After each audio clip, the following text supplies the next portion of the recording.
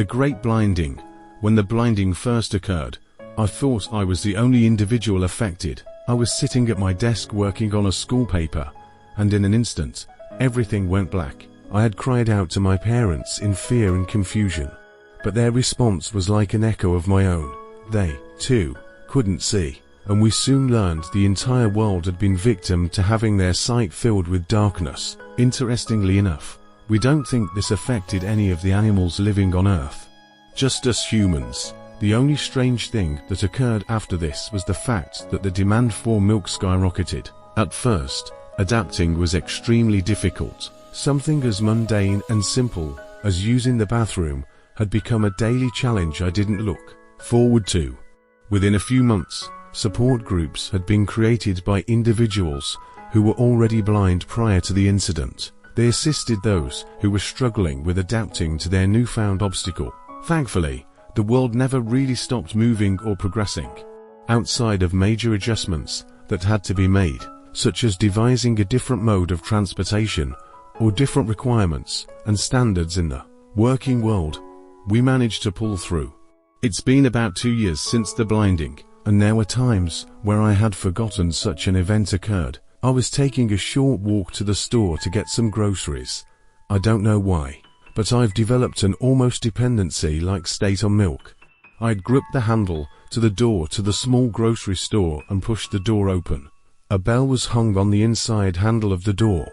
"Hello, let me know if you need help finding anything," a voice said to my right. "Thanks, Dave. I will," I responded. "Hey John, how've you been?" he asked with a somewhat enthusiastic tone. With a somewhat slow pace, I walked around the store, feeling along the braille to determine if I had found my item. "Pretty much the same," I said with a bit of a chuckle. My hand touched something cold. "Finally, found the milk." As I was about to open the door, I could see my reflection in the rectangle-shaped window of the cooler. I wasn't entirely sure how to react, nor was I sure as to what happened. I was looking at myself in a mirror for the first time in 2 years. I started shaking and I could feel warmth and moisture filling my eyes. I noticed writing on the reflection itself. I was so excited I hadn't even noticed. In fact, most of the interior was covered in this writing. Looked a little closed at the message written in black. "Don't tell them you can see." What the hell does that mean? Who's them? I then caught a glimpse of the individual standing behind the counter of the store. Who? What the fuck is that, John? "You need some help, buddy?" it asked.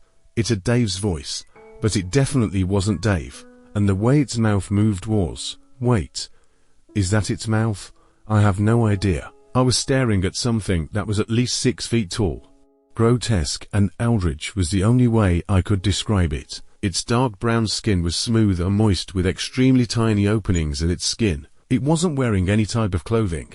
Its arms were somewhat long and thin-looking appendages that ended in human-looking hands. Its head was shaped like a large basketball. The creature's mouth looked to be in a vertical position, and when it spoke I could see many layers and rows of crocodile-like teeth. "Here, John, let me come help," it said. Its voice had changed as well. It was gurgled and sounded like it was being put through a filter. As it moved I could hear it squish against the floor. That's the first time I've ever heard that. Why am I hearing that just now? Why have I never heard that before? Instead of gaping at the reflection and trying to ascertain how it walks, I simply stared at a jug of milk. That's when I noticed the color of the milk. It wasn't white or brown or any color a milk should be. It was dark black. As the creature grew closer, a foul smell harassed my nostrils. It took everything I had not to vomit. It reached out with its human-like appendage and touched my shoulder. My entire body tensed up. "We're having a lot of different specials on milk today," it said, and I could see its mouth open wide behind my head with what I assumed was a smile.